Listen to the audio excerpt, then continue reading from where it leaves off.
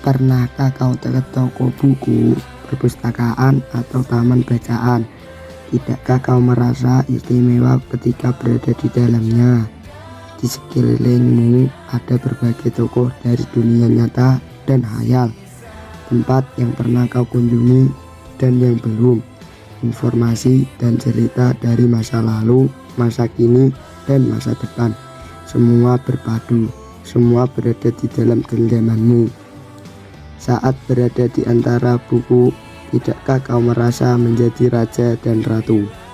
Ruang dan waktu seolah menyatu tanpa batas. Kau bisa terbang melintasi sekat negara dan melewati berbagai zaman.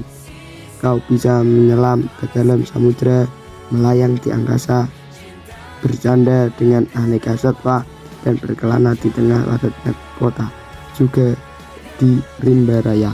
Kau tahu, buku adalah jendela dunia, kunci pengetahuan, dan pintu wawasan. Muhammad Hatta sang proklamator berkata, "Aku rela dipenjara asalkan bersama buku, karena dengan buku aku bebas." Melalui buku, manusia terbebas dari ketidaktahuan. Tempat-tempat yang dipenuhi buku adalah harapan berkembangnya pengetahuan dan wawasan.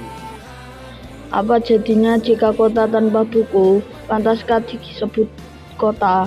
Di kota itu mungkin kabar datang dari sumber lain, dari koran, televisi, atau internet.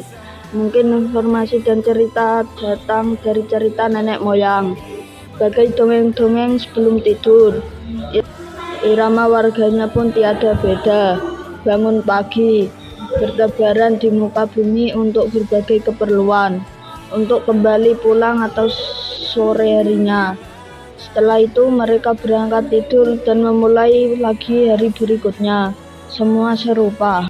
Di kota itu mungkin ada bangunan bernama perpustakaan. Di dalamnya buku-buku berderet dalam rak yang tak terjemah.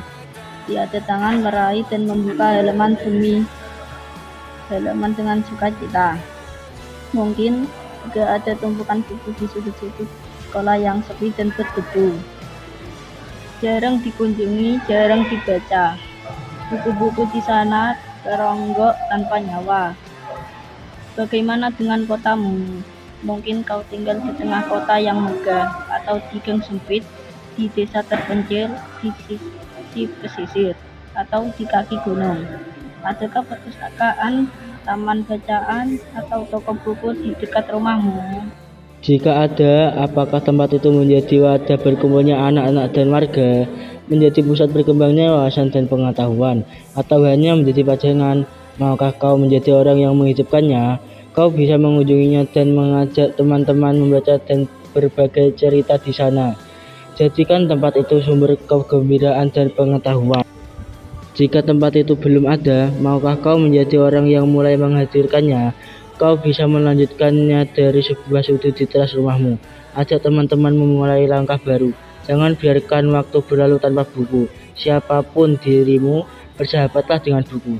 Dia akan menjadi teman setiamu sepanjang waktu.